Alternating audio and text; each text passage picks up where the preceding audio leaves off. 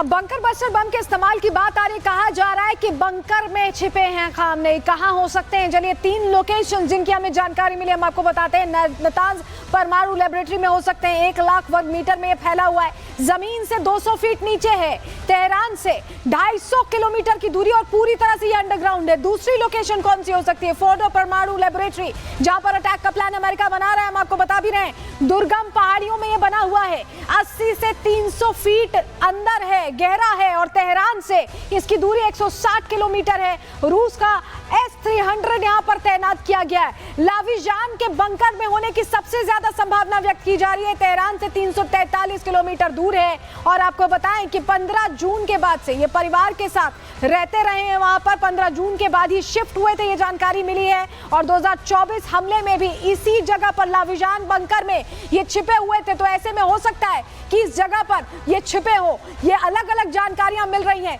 इस बीच आपको जरा बताते हैं कि कैसे ईरान में व्हाट्सएप अब पूरी तरह से बैन कर दिया गया, क्योंकि इनकी टॉप लीडरशिप लगातार साफ हो रही है, लगातार उन पर अटैक हो रहा है और इनको डर है कि क्या इंटेल सोशल मीडिया इस वेबसाइट से या ये कहें कि व्हाट्सएप से, इस तरह के सोशल चैनल से मिल रही है। जरा डिटेल आपको देते हैं। हड़कंप क्यों मचा है, बैन करने की बात क्यों है? दरअसल इजराइल से जंग के बीच ईरान ने बड़ा फैसला ले लिया है और बड़ा फैसला लेते हुए लोगों से व्हाट्सएप और टेलीग्राम बंद करने को कह दिया। इन ऐप्स पर लोकेशन ट्रैक करने का आरोप ईरान की तरफ से लगाया गया है। ईरानी मीडिया का यह दावा है कि इसी ऐप से लोकेशन ट्रैक हो रहा है। इजराइल को इन्हीं ऐप से टॉप लीडर्स की लोकेशन मिल रही है और ईरान के आदेश पर व्हाट्सएप पूरी तरह से, प्रवक्ता ने सवाई देते हुए कहा है कि यूजर्स की सटीक लोकेशन ट्रैक नहीं करता है व्हाट्सएप।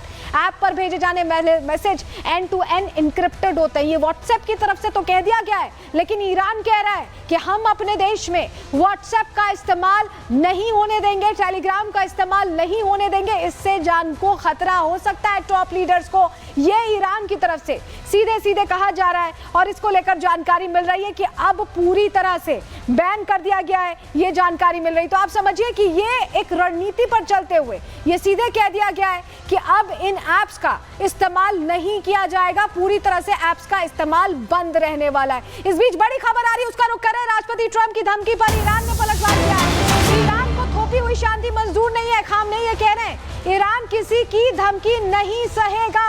खामनेई ये सीधे सीधे कह रहे हैं कि किसी की धमकी हम नहीं सहेंगे। इस वक्त ये बड़ी खबर आपको बता रहे हैं, ये बड़ी जानकारी आपको दे रहे हैं। ये कह दिया गया है कि किसी की धमकी नहीं सहेंगे और ट्रंप को ईरान की ताकत का अंदाजा दरअसल नहीं है। तो ट्रंप ने जो कुछ कहा है, यूएस ने जिस तरह से आंखें तरेरी हैं, डराने की कोशिश की है, उस पर खामनेई कह रहे हैं कि हम बिल्कुल भी किसी की थोपी हुई शांति नहीं सहेंगे और किसी की धमकी नहीं सहेंगे।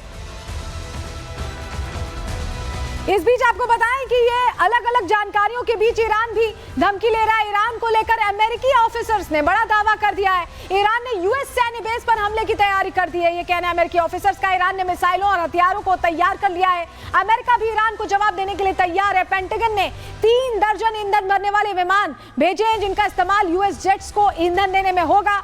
और मिडिल ईस्ट में बताया जा रहा है अमेरिका के कुल 60 सैन्य बेसेस हैं, इसमें 15 बड़े सैन्य बेस, 45 जगह सामान्य तैनाती है। मिडिल ईस्ट में यूएस के 40,000 से ज्यादा सैनिक हैं। ईरान के समर्थक हूती भी हमला कर सकते हैं, ये भी जानकारी मिल रही है। तो ईरान अब पूरी तरह से क्या अटैक यूएस बेसिस पे करेगा, इस पर हमारी नजर है। और क्या यूएस भी एंटर करता है, आज की रात कयामत वाली होती है, इस पर भी कहीं ना कहीं निगाहें टिकी हुई है। लेकिन चलिए अगली बड़ी खबर का रुख कर रहे हैं और अब बात ट्रंप को खरी खरी की, क्योंकि सीधे सीधे अब अमेरिका जिस तरह से हर चीज में घुसने की कोशिश करता है। जब सीज फायर की बात हुई थी इंडिया और पाकिस्तान के बीच, तो डोनाल्ड ट्रंप ही वो शख्स थे जिन्होंने कम से कम 14 बार ये दोहराया था कि मैंने सीज फायर करा। चौधरी बन रहे थे इंडिया और पाकिस्तान के बीच, जबकि इंडिया ने कहा था कि हम किसी से बात नहीं करते, हम किसी के हिसाब से नहीं चलते, ना चलते हैं। और आज 35 मिनट की बात हुई है डोनाल्ड ट्रंप की पहल पर प्रधानमंत्री नरेंद्र मोदी से बातचीत का मसला क्या था, मैटर क्या था, आपको बताते हैं। मध्यस्थता को लेकर भारत ने क्या कहा कि रिपोर्ट्स के मुताबिक अमेरिका ईरान के खिलाफ B-52 बॉम्बर को इस्तेमाल करने का फैसला खामनेई के अड़ियल रुख को देखते हुए ले सकता है।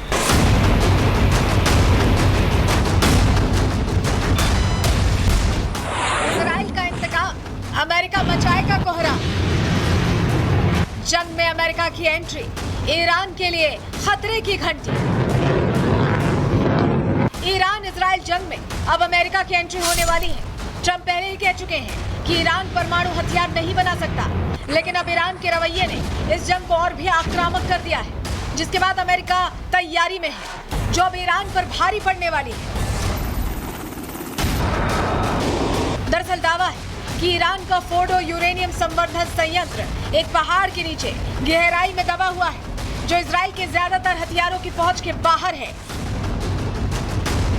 लेकिन अब ईरान के परमाणु हथियारों को नष्ट करने की कसम खाकर अमेरिका इसके लिए भी प्लान तैयार कर चुका है। अमेरिका अब एक ऐसे 30,000 पाउंड के बम को इस्तेमाल करने की प्लानिंग कर रहा है, जो ईरान के परमाणु हथियार को जमीन के नीचे ही नष्ट कर देगा, जिसका नाम है बंकर बस्टर। लेकिन सवाल है कि क्या ट्रंप इस हथियार का इस्तेमाल करेंगे?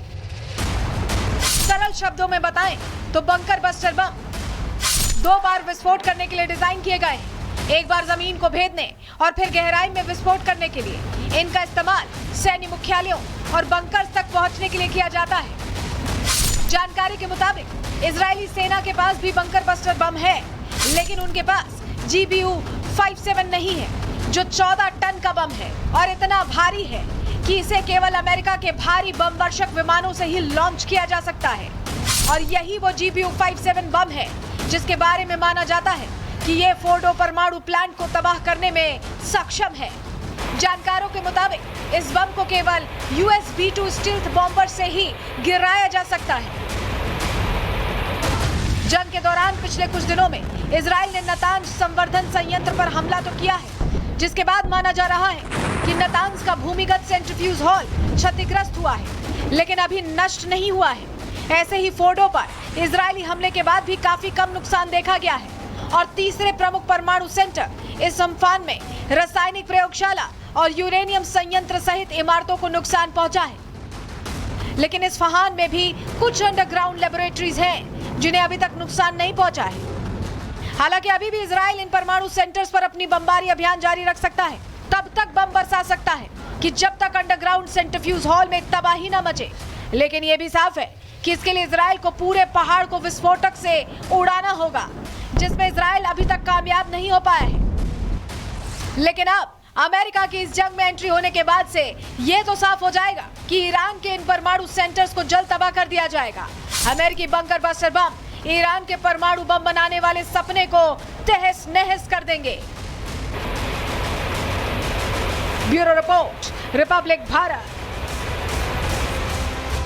अब बंकर बस्टर बम के इस्तेमाल की बात आ रही, कहा जा रहा है कि बंकर में छिपे हैं खामनेई। कहां हो सकते हैं? चलिए 3 लोकेशन जिनकी हमें जानकारी मिली हम आपको बताते हैं। नतांज परमाणु लेबोरेटरी में हो सकते हैं, 1 लाख वर्ग मीटर में ये फैला हुआ है, जमीन से 200 फीट नीचे है, तेहरान से 250 किलोमीटर की दूरी और पूरी तरह से ये अंडरग्राउंड है। दूसरी लोकेशन कौन सी हो सकती है? फोर्डो परमाणु लेबोरेटरी, जहां पर अटैक का प्लान अमेरिका बना रहा है। हम आपको बता भी रहे हैं, दुर्गम पहाड़ियों में ये बना हुआ है, 80 से 300 फीट अंदर है, गहरा है और तेहरान से इसकी दूरी 160 किलोमीटर है। रूस का S-300 यहां पर तैनात किया गया है। लाविजान के बंकर में होने की सबसे ज्यादा संभावना व्यक्त की जा रही है। तेहरान से 343 किलोमीटर दूर है और आपको बताएं कि 15 जून के बाद से ये परिवार के साथ रहते